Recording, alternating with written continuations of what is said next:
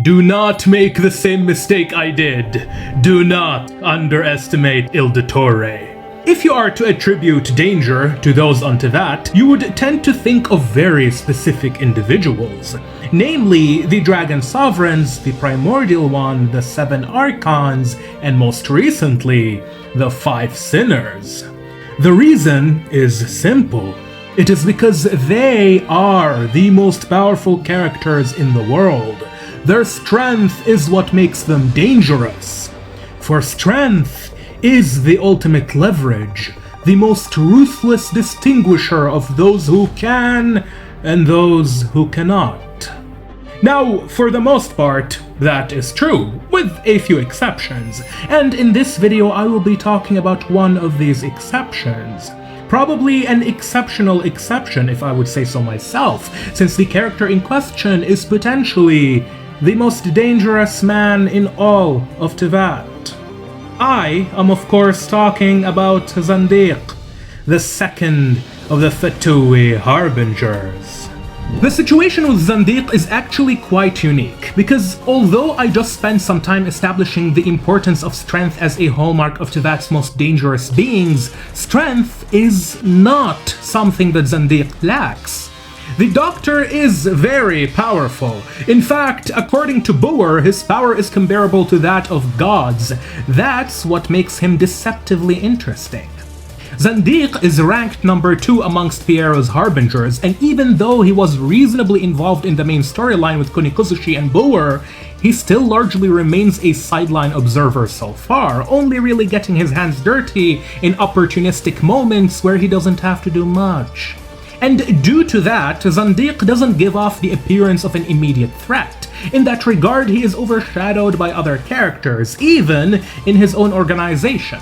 For instance, when I think of the Fatui, the first names that I, and many others I would wager, remember are Capitano, Piero, and the Tsaritsa. Heck, even Colombina, who is ironically ranked beneath him, might come to mind first.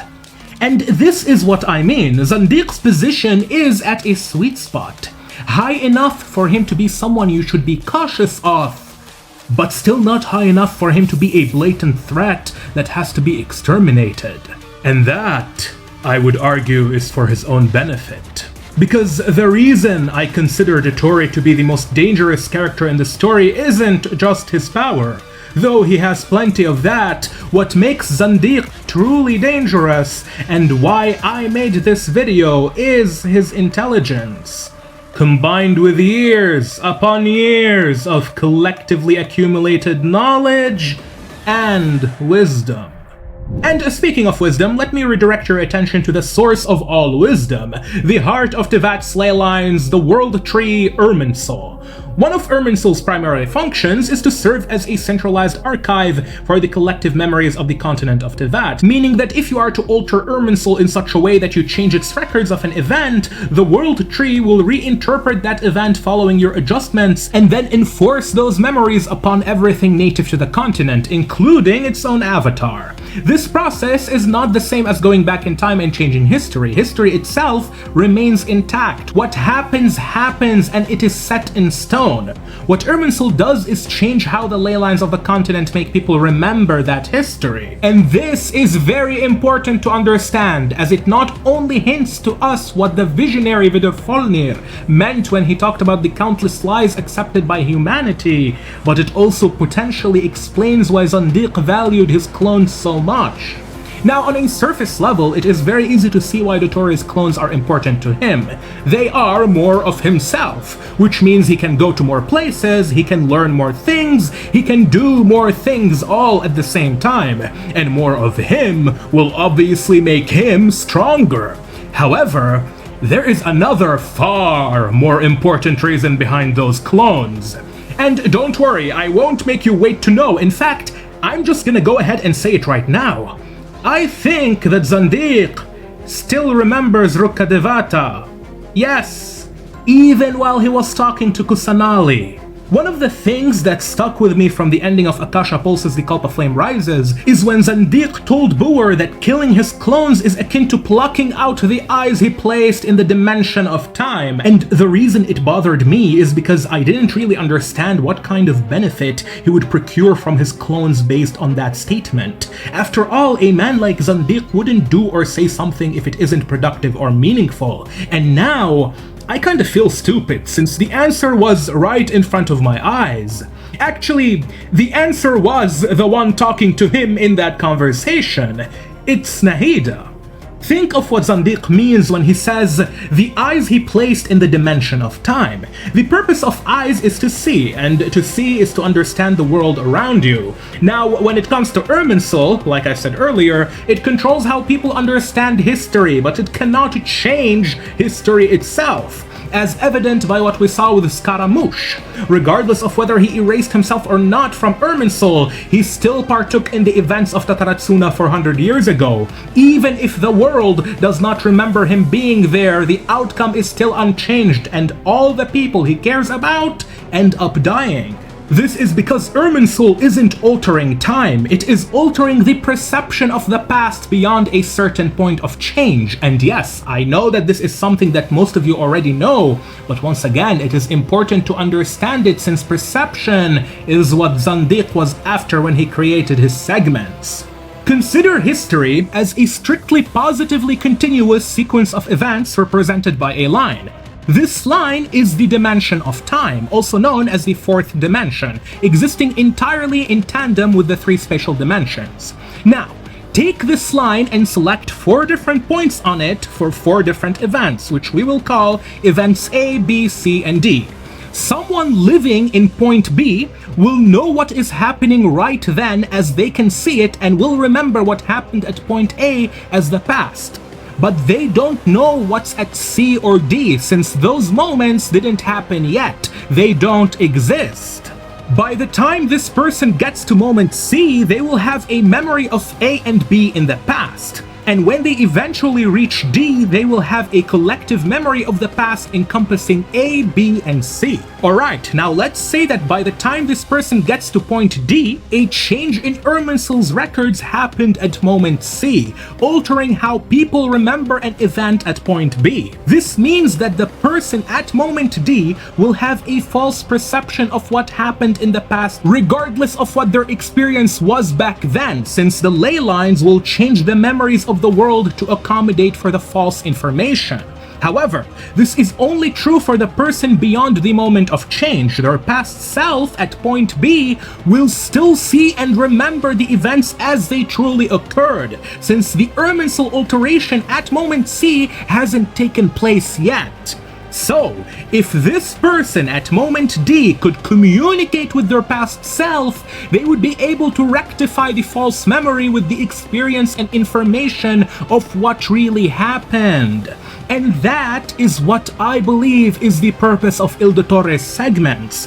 They are eyes that he created at various intervals over 500 years of history, each preserving a distinct memory of Teyvat. And since all those clones are different segments of the exact same person, they would allow him to better see, or rather understand, the world in a manner that circumvents Irminsul's influence. Think of it as a man leaving pebbles in a maze to track back his path if needed. To further elaborate, in the Arkan Quest bedtime story, Caribert implanted his false memories to exist in a single, frozen moment in time. He did this because if these false memories included the dimension of time, they would be exposed as false. People's minds would reject them in favor of what their actual experience during that time was. A single person will struggle to decipher that on their own, but suppose that person has multiple eyes looking at the same thing from different perspectives. In that case, this process becomes easier, and the more eyes you have focusing on certain details, the easier it gets. This could explain why Zandik was mildly offended by Colombina calling him young. Perhaps she wasn't referring to his youthful appearance, but rather young as in his youngest segment, his newest segment. And as the youngest segment, it would also be the segment with access to the least accurate amount of information without the input of the older clones. Hence why Colombina calling the Dottore young could be seen in the same vein as her calling him oblivious or ill-informed. Now, do keep in mind that this doesn't have to be the case, but it would be funny if the compliment was a backhanded insult by Colombina. Regardless, as far as we know, all of Dottore's previous clones are now gone, with only one segment remaining, the one that, of course, bargained the others in exchange for the Dendro and Electro Gnosis from the God of Wisdom, Boer, the avatar of Irminsul, the very force he created those segments to circumvent in the first place. But let's be honest, we all know that Zandik is far from done with the ley lines yet. As a matter of fact, he is just getting started. One of the things that make Irminsul so peculiar is the fact that its name, which means Irmin's Pillar, suggests that it belonged to King Irmin, the last king of Conria who lived a little over 500 years in the past. However, this interpretation leads to a few problems. For starters, we know that the avatar of Irminsul is way older than King Irmin, having been alive since the time of Amun. And if she is that old, then God knows how much older the tree itself might be. Furthermore, we have evidence that either Irminsul or whichever primordial tree existed before it belonged to the primordial one based on the parable of the tree from before Sun and Moon. And that in turn is based on plate 6 of Shalamon Trismosen's Splendor Solis, one of the most important texts in alchemy. And alchemy is super crucial since Dottore's clones are most likely made through the art of chemia, and, well, yeah, if I continue down this path, we're going to stray into a very long tangent, so let's not turn this video into an hour-long movie. But since we are on the topic of hour-long movies, if you are interested in King Irmin and the Parable of the Trees adaptation in Genshin, I go over it in detail in this hour and 12-minute long movie right here. Therefore, if you want to know more about that side of Irminsul and its relation to alchemy, feel free to check it out.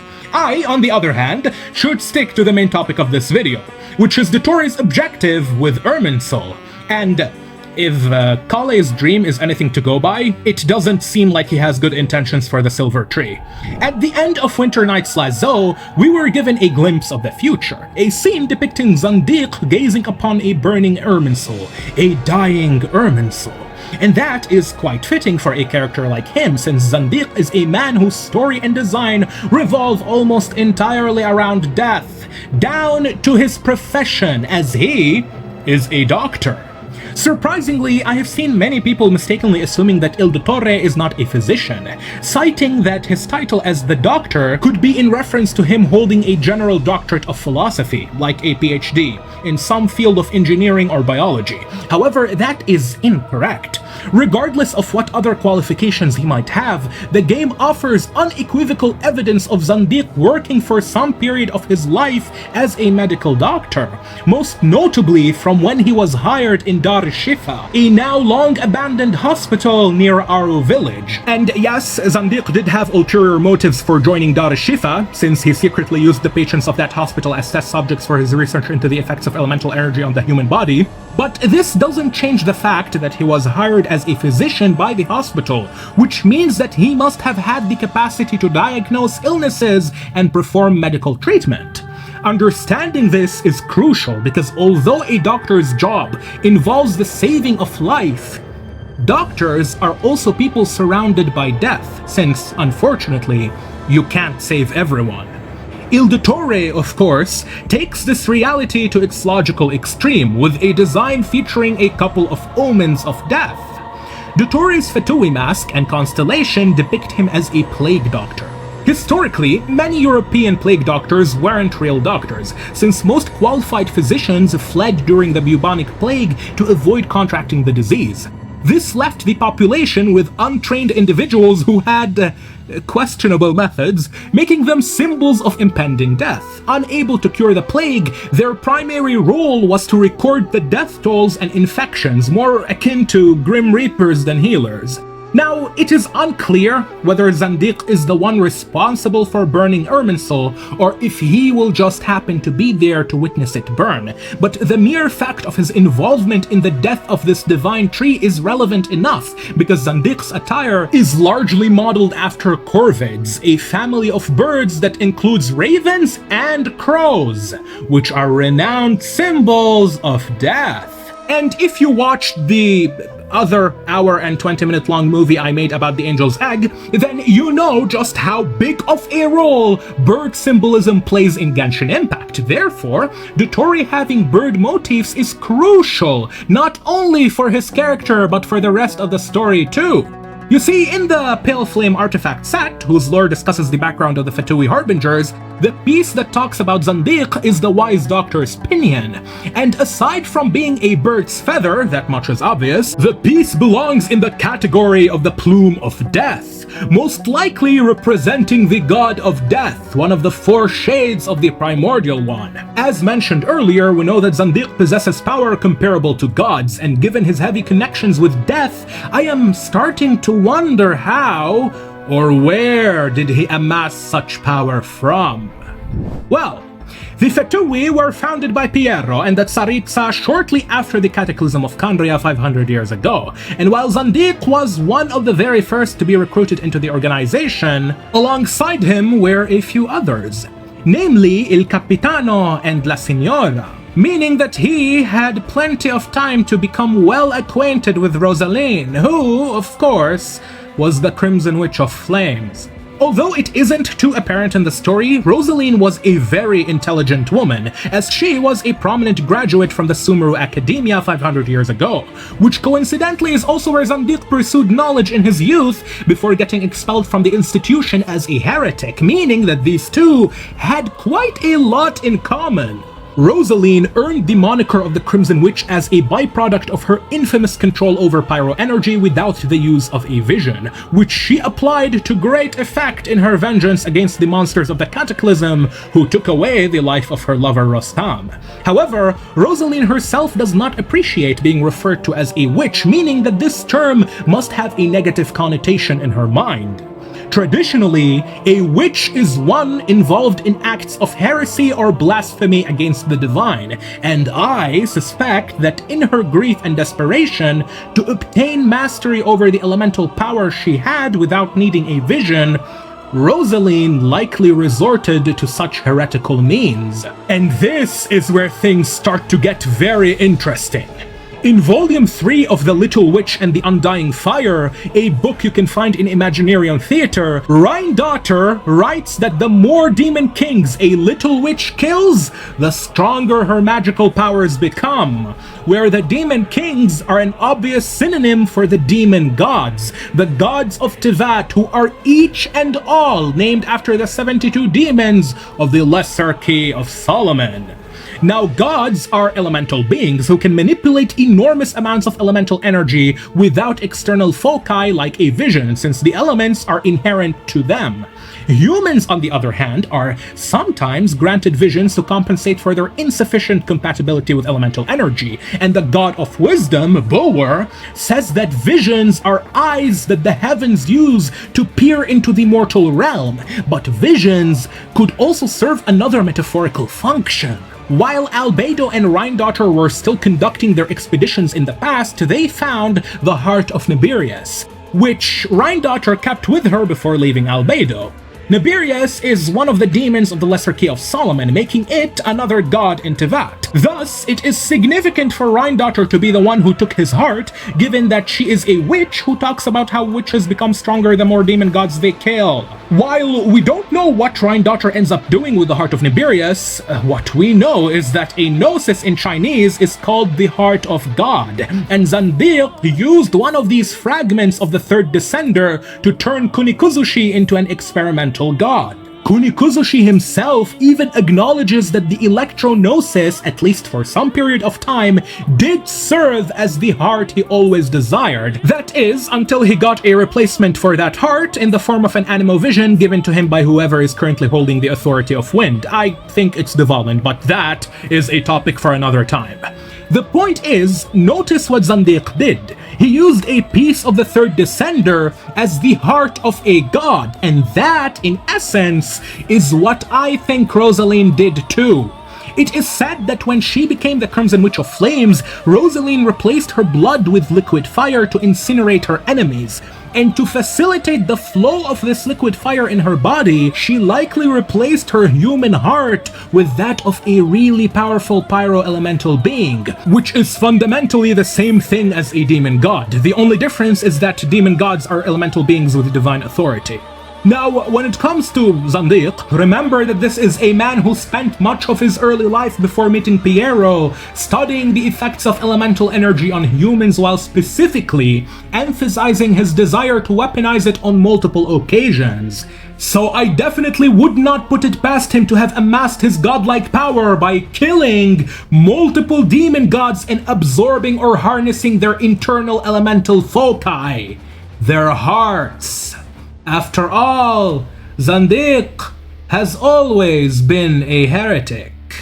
This brings us back to Irminsul, and for the sake of this video, let us assume that Dottore will have a hand in burning the leyline tree in the future. Why would he do it? Is it for the sake of killing Boer and absorbing her power too? Well, no.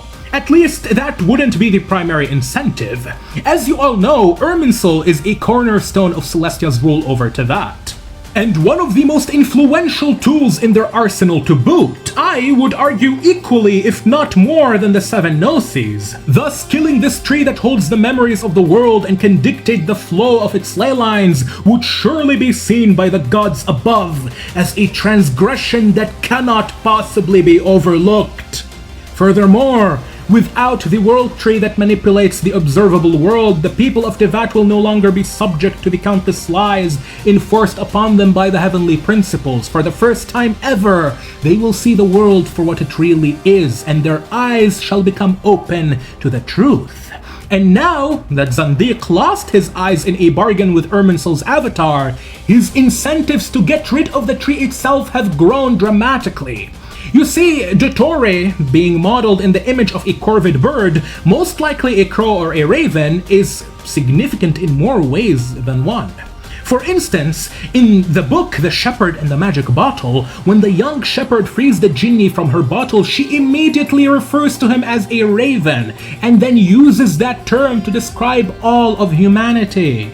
Now recall what I talked about earlier with regard to Boer's description of visions. She says that visions are eyes granted by the heavens so that they can see the mortal realm. And in Norse mythology, ravens, particularly two of them, were seen as the eyes of the All-Father Odin, which he used to know and see everything in the world. Following this line of logic, Zandik's segments were his ravens, the eyes he used to peer beyond Irminsul itself, and now he lost these eyes, losing with them the ability to see everything in the world. Now, Irminsul has become a legitimate detriment to his goals and ambitions, and the sooner he eliminates it from the equation, the better it will be for him. Also, just to be clear, Dottore losing his eyes does not mean he lost the memories those eyes gathered for him. I know it, you know it, he most likely had a backup database where he stored everything that his segments saw and experienced over the years. As a proof of this, look no further than the fact that the seat of the Sixth Harbinger has remained empty for quote-unquote years after Scaramouche erased himself from Irminsul. That's right. I believe that Zandik still remembers Scaramouche. And not just him, Il Capitano most likely also does, but let's not overcomplicate this video and stick with Dottore. It was Zandik who, 400 years ago, murdered Kunikuzuchi's friend and Kazuha's ancestor, Niwa Hisahide in Tataratsuna. An action that allowed for the catastrophe which destroyed the Mikage furnace, killing many people and catapulting Kunikuzuchi down a dark path that eventually led to him joining the Fatui as the Sixth Harbinger Scaramouche. From there onwards, Dottore still played a significant role in Scaramouche's story, studying his divine origins and implementing several modifications to his body, which goes to show just how far and wide his influence has crawled across the story. Given his relatively small life compared to the gods of Teyvat, Zandik has done so much behind the scenes, it's insane. Considering how integral Kunikuzuchi has been to Dottore's research, along with the fact that Dottore was the one who killed Niwa, Scaramouche's position being left empty amongst the Harbingers is most likely an intentional choice by them, rather than a byproduct of him erasing himself from Irminsul. So don't be surprised when Wanderer confronts Piero or Dottore in the future and they refer to him as Scaramouche. But even all of these memory shenanigans are not the primary purpose behind burning Irminsul. As I discussed at length earlier, the World Tree is the repository of memories on Teyvat and the heart of its leyline system. So aside from its ability to influence the collective memory of everyone on the continent, which is an ability that can certainly be used for nefarious deeds, Irminsul also serves many other functions that are integral to all of Teyvat's ecosystems, and we have already seen many examples of the damage and the fallout that limited leyline disturbances can cause within areas such as Mount Vindagnir and Surumi Island. Now imagine if the entire world's leyline system is shut down. The level of destruction would be unforeseeable. All of this, I said, to illustrate the importance of this tree to Celestia. It is the core of Teyvat's leylines, the heart of knowledge, memories, and wisdom. So, to a scholar or a wise man, burning such a tree would surely constitute as an act of paramount blasphemy. That's perfect, because it is precisely this level of blasphemous transgression that will be needed to lure out the heavenly principles. Hold on though, why would Dottore want to confront the heavenly principles? Well, to kill it, of course. Why else would he? And yes, regardless of how strong he may be, we all know that Dottore cannot possibly fight the heavenly principles, but no one said he has to be the one doing the killing.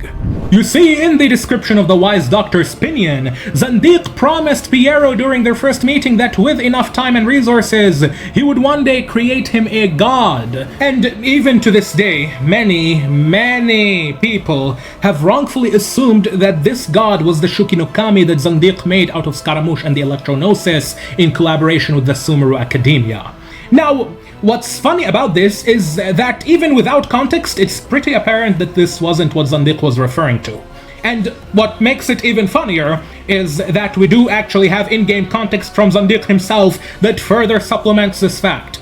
At the end of Akasha Pulse's The Kalpa Flame Rises, Boer asks Zandik about why he sat back and watched as she and the Traveler destroyed the Shukinokami that he spent so much time working on. To which Zandik tells her that he merely wanted to observe the fight, as any interferences from his end would skew the results of the experiment. This is why earlier I referred to Scaramouche as an experimental god. There is no other way to interpret Zandik's words. The Sumeru Academia was a testing ground, and the Shukinokami is not the god that he intends to make for Piero and the Tsaritsa. That was merely a prototype, powered by a single Gnosis. And in Natlan, once Il Capitano is finished with the Lady of Fire, the Fatui will have access to all 7. At this point, I think most of you know where the story is going. Zandik is not trying to create a god. He is going to make the god. Zandik's goal is a will that can rival the world, create the world, and destroy the world.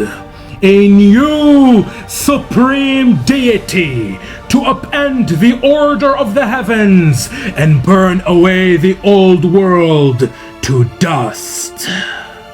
And all of that does not bode very well for our little Kusanali over here, because we know for a fact that Irminsul can exist without Boer, but I am not too sure if Boer can continue to exist without Irminsul. This all comes back to what I said at the start of this video. The way in which Dottore maneuvers himself across the story marks him as someone powerful and dangerous, but at the same time, not dangerous enough to be noticeable until it's too late. Hence why I believe he is the villain with the most potential to subvert everyone's expectations later down the line in the story. Keep in mind that Zandik is well aware of Celestia's false sky, or the Sky Shroud as the Hexenzirkel witches like to call it. And if a good amount of this video turns out to be true, then he also has the ability to circumvent Irminsul's influence on his memories. A long time ago, in this video right here, I suggested that if there was anyone on Teyvat who had a level of intelligence to rival the likes of René de Petrichor and Alain Guillotine, it would be Zandik. And looking back at it today, I not only still believe this, but I honestly think he even surpasses those two by a considerable margin. Additionally, he happens to also possess one quality that distinguishes him from Alain and René.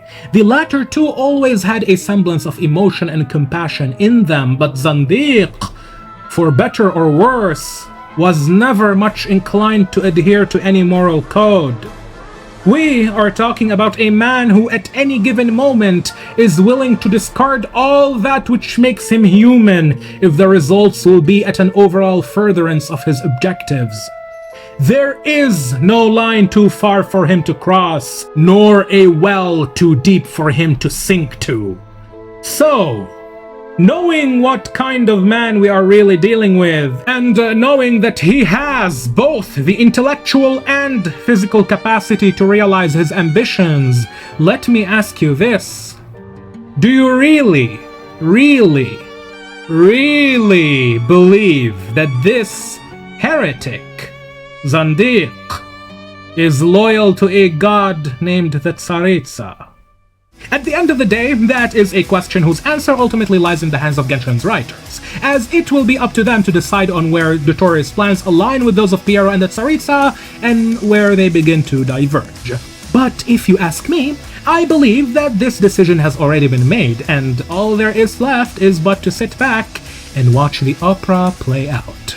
So, as always, huge thanks to everyone who chooses to generously support this channel on Patreon, and thank you for watching this video. For now, I've been My Name for Now, and I am gonna go look into dragons along with some Native American history.